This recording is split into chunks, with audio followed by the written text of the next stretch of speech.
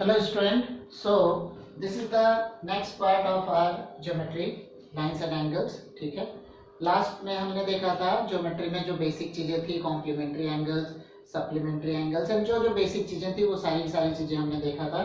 ठीक है, अभी कुछ बेसिक डेफिनेशंस हमारे और हैं, जैसे कि एक आता है एडजेसेंट एंगल्स. ठीक है, एडजेसेंट एंगल्स का मतलब दो एंगल्स, ठीक है, two angles are said to be adjacent if they have one common arm and the same terminating और इनिशियल पॉइंट. ठीक है, तो मतलब two angles are said to be adjacent if they have one common arm and same terminating point. मतलब क्या हुआ, ये एक लाइन हो गई, ये एक लाइन हो गई, तो angle A angle B both are adjacent. ठीक है, क्यों? क्योंकि सेम टर्मिनेटिंग पॉइंट है और बीच में एक आर्म जो है वो कॉमन आर्म है. कॉमन आर्म होने की वजह से ये क्या हो गए, एडजेसेंट एंगल्स हो गए. ठीक है, तो एडजेसेंट एंगल्स का हमारा कंसेप्ट क्या हुआ? एडजेसेंट एंगल्स का हमारा कंसेप्ट हुआ कि दो एंगल्स को हम एडजेसेंट कहते हैं अगर दोनों के बीच में एक जो साइड होगी, एक जो उनका जो आर्म होगा एंगल का, वो सेम होना चाहिए और सेम पॉइंट से दोनों एंगल्स निकलने चाहिए. ठीक है, तो ये हो गया हमारा एडजेसेंट एंगल्स. ठीक है, एडजेसेंट एंगल्स के बाद नेक्स्ट हमारे पास आता है वो है vertically opposite angle.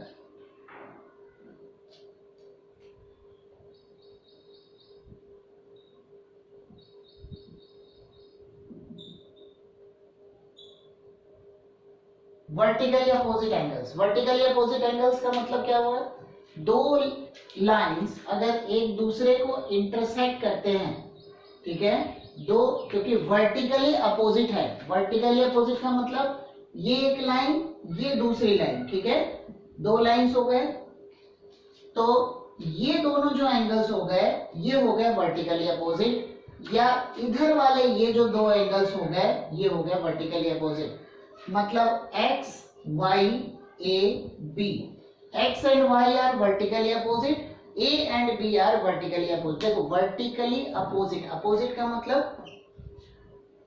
opposite and vertically मतलब just उसके सामने वाला opposite. ठीक है, मतलब x के opposite में क्या है, y, a के opposite में क्या है, b.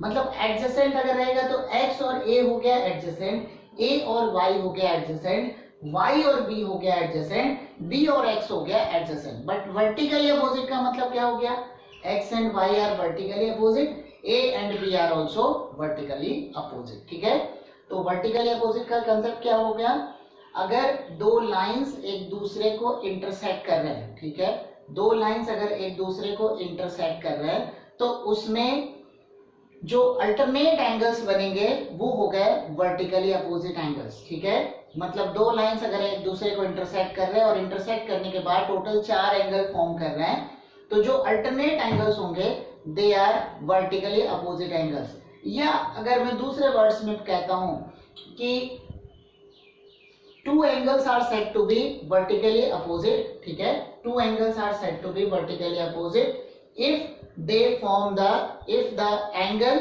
form the opposite rays. ठीक है, इसमें अगर मैं बीच में O पॉइंट अगर रिप्रेजेंट करता हूं तो ये एक अपोजिट रे हो गया, इधर वाला अपोजिट रे हो गया. मतलब इसको मैंने लिखा O, यहां नेमिंग कर देता हूं मैं, चार नेमिंग मैंने कर दिया, P Q R S. तो एंगल POQ और एंगल SOR. ठीक है, मतलब angle POQ and angle SOR they are vertically opposite. Why? Because their corresponding arms form the opposite rays. ठीक है, form the rays with opposite direction.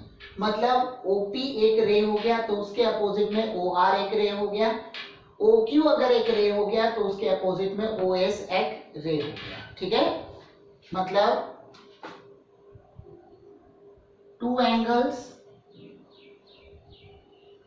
are said to be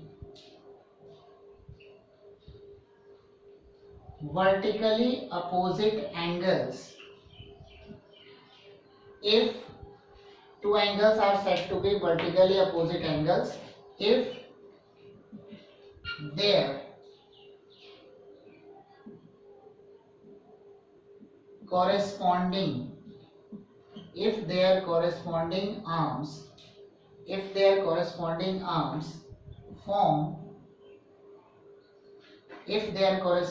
arms form the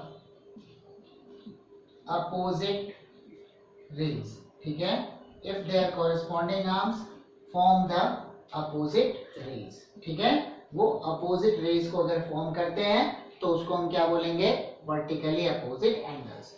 In this condition angle POQ and angle SOR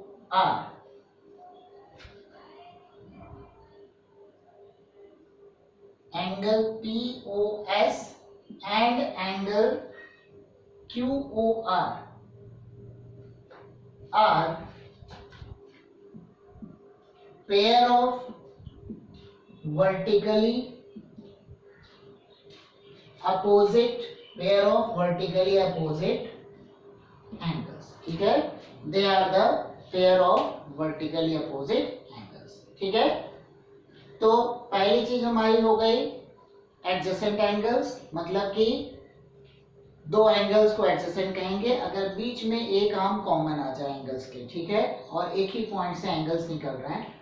vertically opposite मतलब अगर दो lines एक दूसरे को intersect कर रहे हैं तो जो अपोजिट वाले या अल्टरनेट वाले जो एंगल्स हैं वो कहलाते हैं वर्टिकली अपोजिट एंगल्स। ठीक है, या दूसरे शब्दों में क्या बनेगा, जो उनके कॉरेस्पॉन्डिंग आर्म्स होंगे वो अपोजिट रे को रिप्रेजेंट करते हैं। ठीक है, नेक्स्ट हमारे पास टर्म आता है वो है लीनियर पेयर।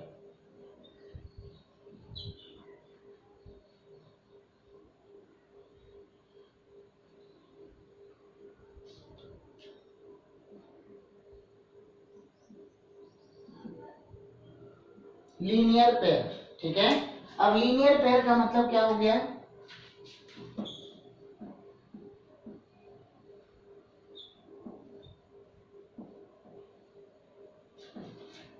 लीनियर पेयर का मतलब हो गया एक स्ट्रेट लाइन हमारे पास दिया हुआ है, स्ट्रेट लाइन के ऊपर में एक रे को मैंने उसके ऊपर, मतलब if a ray falls on a straight line. ठीक है, तो then the adjacent angles formed on the two sides of the ray are known as linear pair। ठीक है, मतलब क्या हो गया, लीनियर पेयर का मतलब एक रे को मैंने एक स्ट्रेट लाइन के ऊपर में उसके ऊपर मैंने प्लॉट किया है, तो उस रे के दोनों साइड के जो एंगल्स होंगे, दोनों साइड के जो एडजेसेंट एंगल्स होंगे वो लीनियर पेयर को फॉर्म करेंगे। ठीक है, तो if a ray falls on a straight line,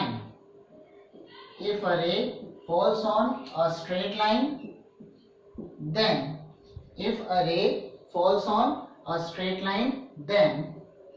the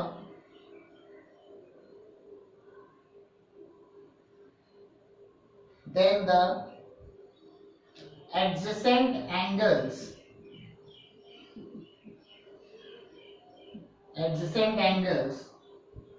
forms on the two sides of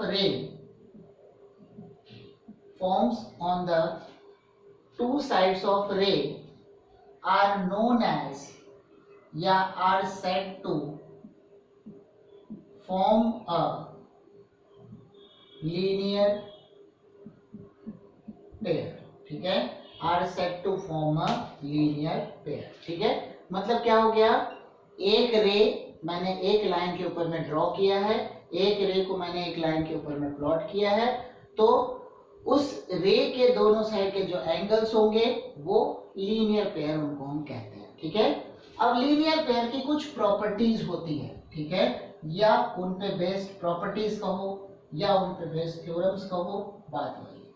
ठीक है, तो हम नेक्स्ट थ्योरम लिखेंगे।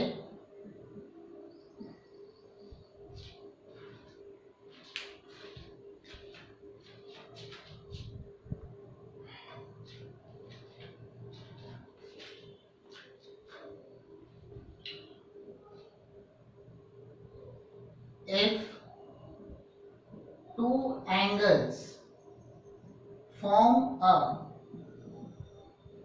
linear pair, if two angles form a linear pair, then those angles are supplementary। ठीक है, या sum of linear pair of angles is equal to 180 degree, दूसरे words में भी हम कह सकते हैं। मतलब क्या हुआ, मैंने एक लाइन को ड्रॉ किया, उसके ऊपर मैंने एक रे को प्लॉट किया। ठीक है, ए ओ बी, ये मैंने एक परपेंडिकुलर ड्रॉ कर दिया ओ के ऊपर में।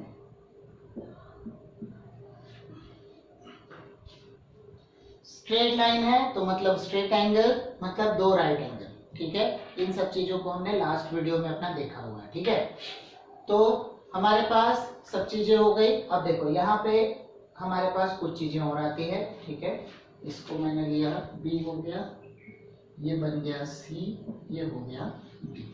ठीक है, तो थ्योरम है तो इसको प्रूव करने के लिए हमारे पास पैटर्न थोड़ा सा अलग से आएगा। ठीक है, मतलब पूरा गिवन टू प्रूव कंस्ट्रक्शन सारी चीजें लिखनी पड़ेगी। गिवन क्या है, A O B is a straight line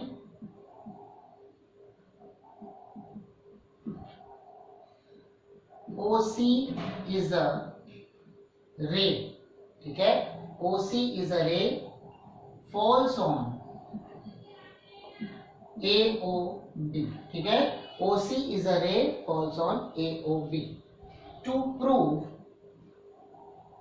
क्या प्रूव करना है, angle AOC plus angle BOC equal to 180 degree, ये हमने प्रूव करना है। ठीक है, अब इसके लिए मैंने एक कंस्ट्रक्शन किया है। क्या कंस्ट्रक्शन किया मैंने,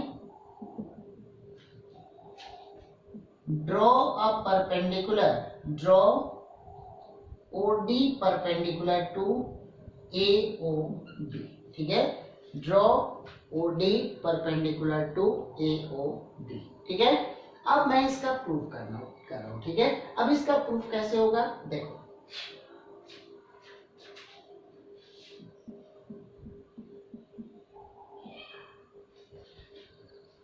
मुझे प्रूव करना है angle AOC plus angle BOC equal to 180 degree. Angle AOC plus angle BOC equal to 180 degree.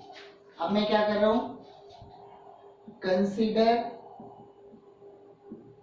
Angle AOC। अब देखो AOC किसके इक्वल होगा, AOD प्लस COD, तो this equal to angle AOD plus angle COD हो गया। इसको मैंने ले लिया इक्वेशन नंबर 1। ठीक है, AOC मैंने ले लिया। नेक्स्ट अब मुझे क्या चाहिए, BOC। Angle BOC equal to, देखो BOC क्या होगा, B और D माइनस COD लिख सकता हूं, क्या बनेगा, angle BOD minus angle COD, angle BOD minus angle COD। देखो BOD माइनस COD, ये पूरे बड़े एंगल में से छोटे वाले को माइनस करूंगा तो BOC आ जाएगा। ठीक है, तो ये हो गया, इसको मैंने ले लिया इक्वेशन नंबर 2। ठीक है, तो हमारे पास क्या बन गया, अब मैं क्या कर रहा हूं, 1 + 2 इम्प्लाइज क्या बना, एंगल AOC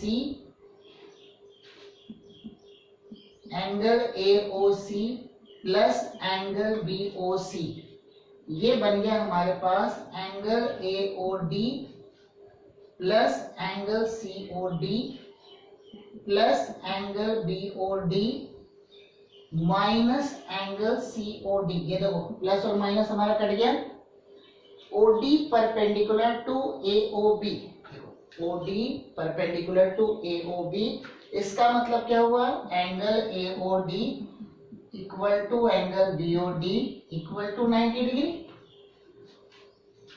वही है AOD प्लस AOD की वैल्यू क्या हो गई 90, BOD की वैल्यू क्या हो गई 90।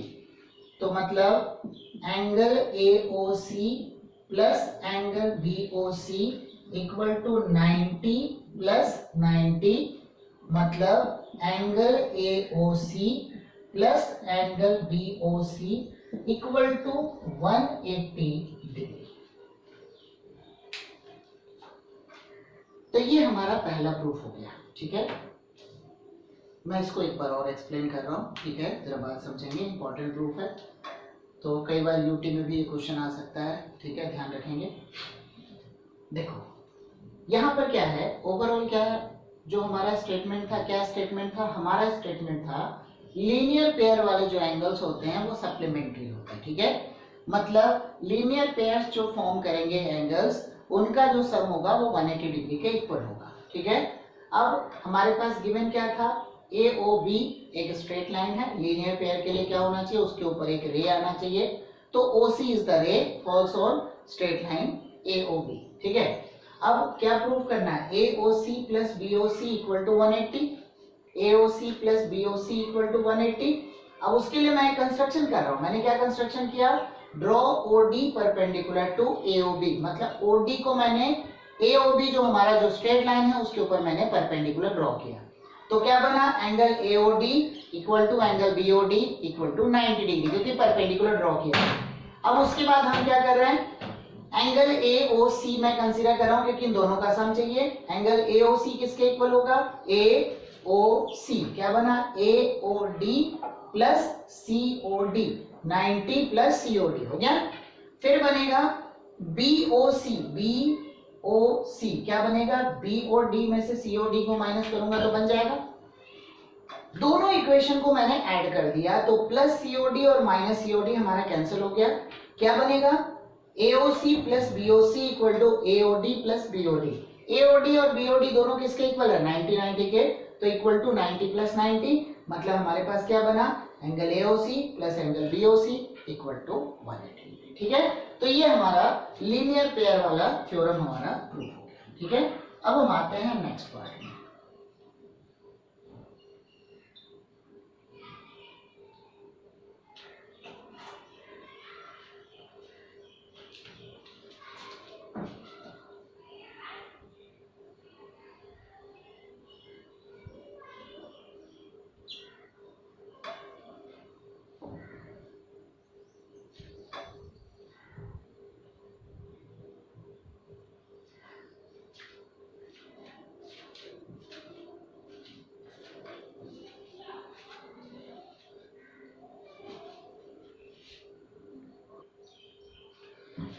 अब देखो ये जो हमारा थ्योरम है इस पे बेस्ड 2-3 चीजें और हो गई, मतलब क्या, 3 पॉइंट और हमारे बनते हैं। Means if sum of angles, sum of adjacent angles, sum of adjacent angles, sum of adjacent angles along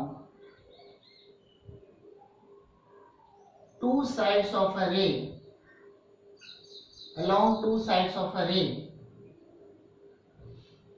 along two sides of a ray, then they form a linear pair। ठीक है, मतलब किसी रे के दोनों साइड में अगर 180 degree का सम बन रहा है एंगल्स का, तो मतलब वो जिसके विथ रिस्पेक्ट टू दोनों साइड में एंगल बना रहा है वो जो लाइन होगी वो स्ट्रेट लाइन होगी, ठीक है, पर जस्ट उसी का रिवर्स है। नेक्स्ट हमारे पास हो गया, अब देखो, अब ये तो दो एंगल्स के लिए था, अब अगर दो क्या अगर ज्यादा भी अगर एंगल्स हो जाएगा तो भी अगर किसी एक लाइन के विथ रिस्पेक्ट टू हो रहा है तो वहां पर भी उनके भी सभी एंगल्स का सम 180 डिग्री के इक्वल होगा, ठीक है। तो मतलब the sum of all angles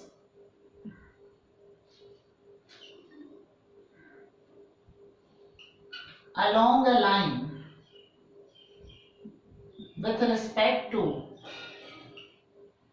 given rays is 180 degree. मतलब क्या,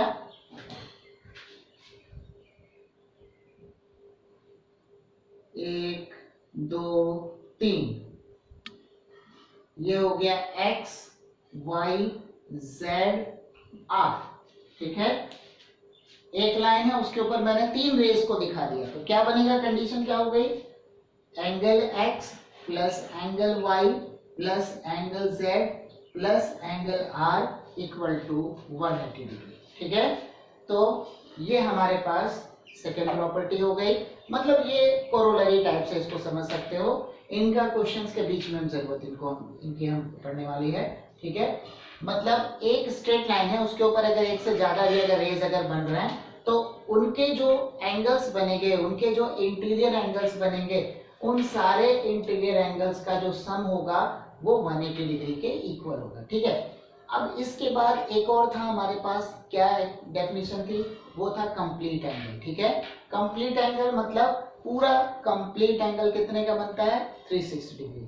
तो मतलब हम ये कह सकते हैं कि एक लाइन है उसके एक साइड में तो 180 बन रहा है लीनियर पेयर, दूसरे साइड में भी लीनियर पेयर है, अगर मैंने टोटल सम कर दिया तो कितना हो जाएगा, 180 प्लस 180 मतलब 360। तो हमारे पास थर्ड प्रॉपर्टी हो गई,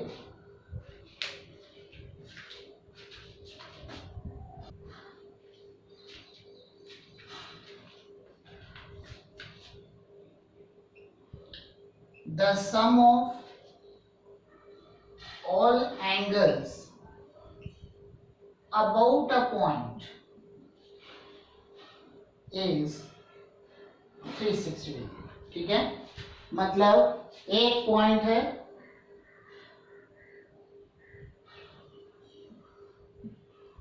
ठीक है,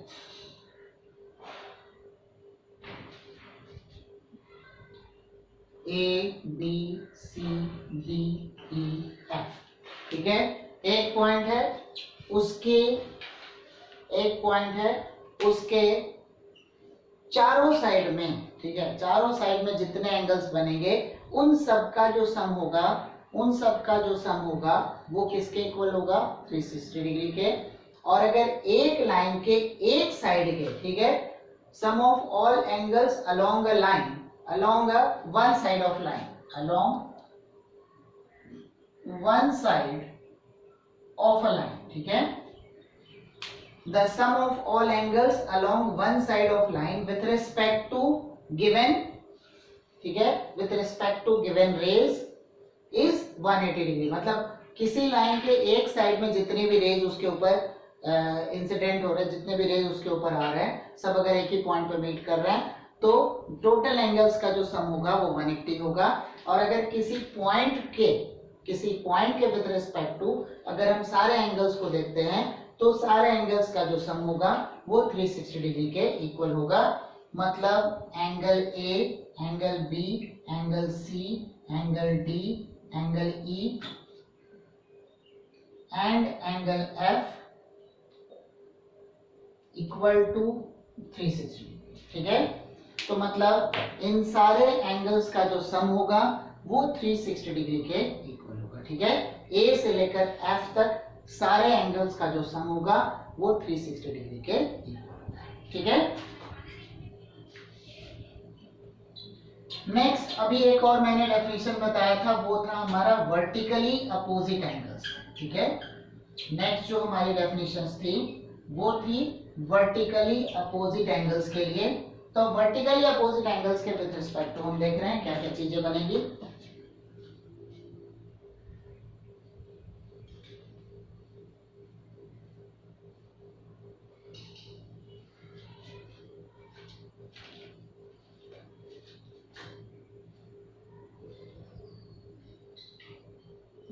इस थ्योरम को हम प्रूव करेंगे। If two lines intersect, if two lines intersect each other, then vertically opposite angles formed between them are always equal, ठीक है। then the vertically opposite angle formed between them are always equal, इसको हमने prove करना है, ठीक है। दो line मैंने कंसीडर किया जो एक दूसरे को इंटरसेक्ट कर रहे हैं, ए बी सी डी, ये एक दूसरे को ओ पॉइंट पे इंटरसेक्ट कर रहे हैं, ठीक है। तो angle AOC and angle BOD ये वर्टिकली अपोजिट एंगल हो गया, एंड हमने प्रूव करना है कि एंगल AOC और एंगल BOD दोनों इक्वल होगा, ठीक है। तो गिवन क्या है, थ्योरम्स को इसी तरीके से प्रूव करते हैं। गिवन है lines AB and CD intersect each other at point O, ठीक है। Lines AB and CD intersect each other at point O।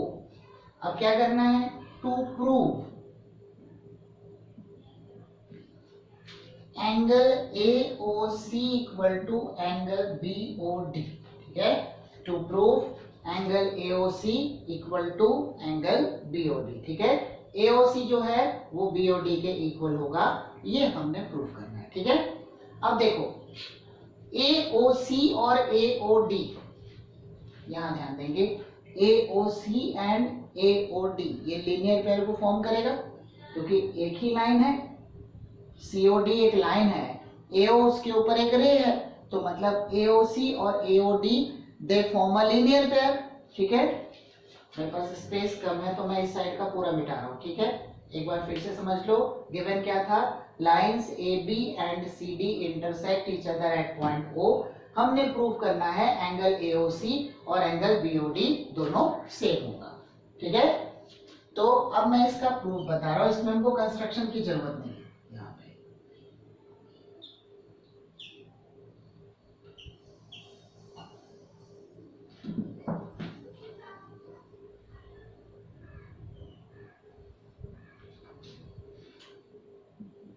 Proof,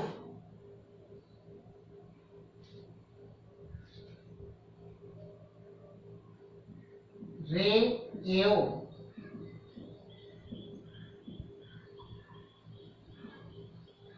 falls on the line DOC, ठीक है। तो मतलब angle AOC and angle AOD form a linear pair, form करेगा, ये दोनों angle क्या बनेगा, लीनियर पेयर को फॉर्म करेगा। तो therefore angle AOC plus angle AOD equal to 180 degree, ये हो गया equation 1। Similarly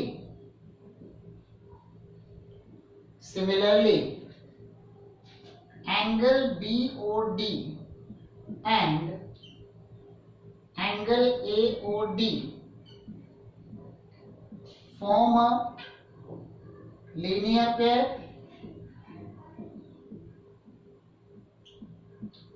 along a line AOB, ठीक है।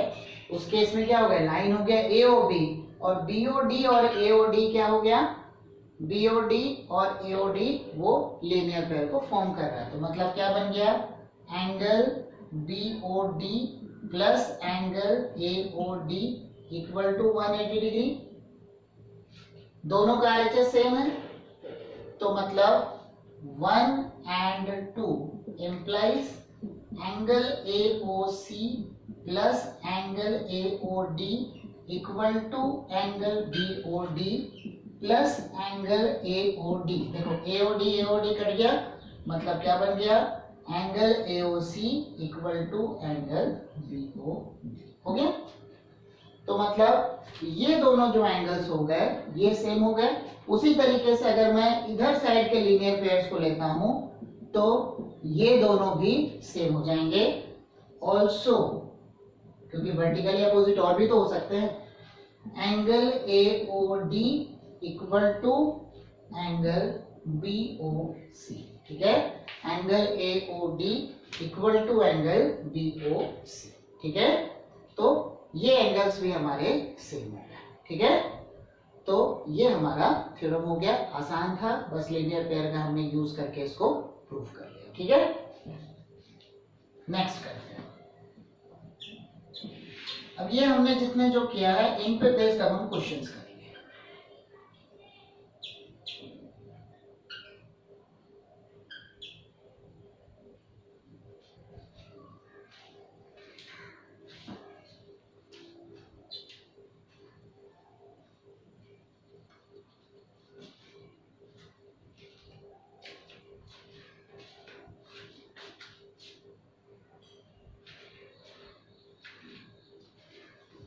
देखो यहाँ पे एंगल POY ये जो दिया हुआ है ये है 90 डिग्री, वैसे मैंने राइट एंगल का सिंबल बनाया हुआ है, ठीक है। तो A प्लस B क्या हो गया, 90 डिग्री, ठीक है। और कंडीशन क्या है, A is to B equal to 2:3, ठीक है। A is to B equal to 2:3, ठीक है। तो हम यहाँ कंसीडर करेंगे A upon B equal to 2/3, ये दिया हुआ है। तो दिस इक्वल टू मैं कंसीडर कर लेता हूं A, ठीक है। तो क्या बना, सॉरी, ये बनेगा A/2 B/3, इसको मैंने ले लिया K, ठीक है। तो मतलब A इक्वल टू क्या बन गया 2K, B इक्वल टू क्या बन गया 3K, हो गया। और A प्लस B किसके इक्वल होगा, 90 डिग्री के। अरे टोटल लीनियर पेयर बना रहा ना, इधर 90 है तो ये भी 90 होगा, ऑब्वियस सी बात है। टोटल लीनियर पेयर है, टोटल 180 के इक्वल है, एक साइड 90 दिया, मतलब इधर वाला क्या बनेगा 90 बनेगा, ठीक है। तो A plus B equal to क्या हो गया 90, तो it implies that 2K plus 3K equal to 90। तो मतलब क्या बन गया 5K इक्वल टू 90, ठीक है। तो K इक्वल टू क्या हो गया 90/5, ठीक है, 90/5। मतलब क्या हो गया 5 1 जा, उसके बाद 5 8 जा, तो मतलब K इक्वल टू हो गया 18। A इक्वल टू क्या बन जाएगा फिर, हाँ K इक्वल टू बन गया 18, तो A इक्वल टू क्या है 2K, मतलब 36 डिग्री। B इक्वल टू बन गया 3K, मतलब 54 डिग्री, हो गया। तो B बन गया 54 डिग्री। निकालना क्या है एंगल C। अब देखो MON, MN क्या है, एक लाइन है ना, MN एक लाइन है, तो मतलब MOX and XOM linear pair form करेगा, B और C लीनियर पेयर फॉर्म करेगा। तो मतलब क्या हो गया B plus C equal to क्या बना 180 डिग्री, मतलब angle XOM and angle XON form क्या बना लीनियर पेयर, ठीक है। ये दोनों एंगल क्या बना रहे हैं, लीनियर पेयर को फॉर्म कर रहे हैं। तो B प्लस C क्या हो गया 180 डिग्री, C इक्वल टू हो गया 180 माइनस B, ठीक है। तो मतलब C इक्वल टू क्या बना 180 माइनस 54 हो गया। 180 माइनस 54 मतलब 10 माइनस 4 हो गया 6, 7 माइनस 5 हो गया 2। तो angle C equal to C की वैल्यू क्या हो गई 126 डिग्री, ठीक है। कितना बन गया 126 डिग्री, ठीक है। तो C की वैल्यू हमारी हो गई 126 डिग्री, ठीक है। एक बार फिर से देख लो, एंगल POY दिया हुआ था 90 degree, A is to B दिया हुआ है 2:3, तो A इक्वल टू मैंने लिया 2K, B इक्वल टू मैंने ले लिया 3K, क्योंकि इन दोनों का रेशियो में K कट जाएगा, क्या बना 2:3। A और B दोनों का सम किसके इक्वल होगा 90 डिग्री के, तो 2K plus 3K equal to 90 degree. K की वैल्यू आ गई 18 डिग्री, तो उसके हिसाब से A बन गया 2K मतलब 36 डिग्री, B बन गया 3K मतलब 54 डिग्री। अब B और C लीनियर पेयर फॉर्म कर रहा है, क्योंकि MON एक स्ट्रेट लाइन है, तो उसके हिसाब से क्या बना B plus C equal to 180 degree, angle C equal to 180 minus B, तो एंगल C इक्वल टू क्या हो गया 126 डिग्री, ठीक है। अब हम आते हैं नेक्स्ट क्वेश्चन में।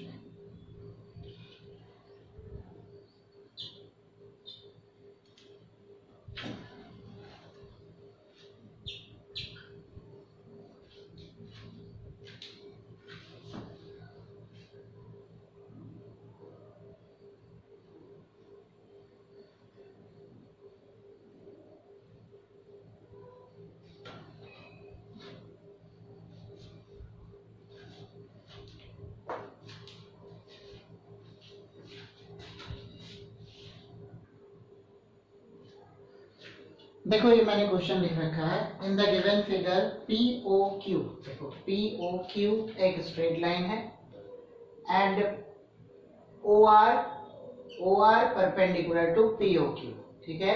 OS is another ray between OP and OR, ठीक है। क्या प्रूव करना है ROS ये वाली value equal to QOS minus POS, ठीक है। तो एक काम करते हैं, RHS कंसीडर करते हैं, QoS और POS की वैल्यू निकाल के इसमें पुट कर देते हैं, देखते हैं, ठीक है। तो हमारे पास गिवन क्या क्या है, angle QOR equal to angle POR equal to 90 degree, ये दिया हुआ है हमारा, ठीक है। Angle QOR equal to angle POR equal to 90 degree, ठीक है। अब हम देखेंगे तो एंगल QOS क्या बनेगा, angle QOR plus angle ROS की रिक्वायरमेंट है हमको, ठीक है। QOR प्लस ROS, ठीक है। अब QOR किसके इक्वल होगा POR के, तो मतलब हाँ, तो अभी और एक और लिख लेते हैं, एंगल POS का मतलब क्या हो गया एंगल POS, तो POR में से ROS करेंगे माइनस ROS, ठीक है। तो QoS माइनस POS करते हैं, तो therefore consider angle QoS minus angle POS, क्या बनेगा, ये बन गया angle QOR plus angle ROS minus angle POR minus angle ROS, ठीक है। अब QOR और POR दोनों सेम है, ये हो गया इक्वेशन नंबर 1, तो ये हो गया फ्रॉम इक्वेशन 1 के थ्रू ये दोनों क्या हो गए कैंसिल हो गए, QOR और POR दोनों कैंसिल हो गया, तो हमारे पास क्या बन गया, this equal to angle ROS plus angle ROS, minus minus plus हो गया, तो क्या बना, twice of angle ROS equal to angle QOS minus angle POS। तो क्या बना, angle ROS equal to half of angle QOS minus angle POS।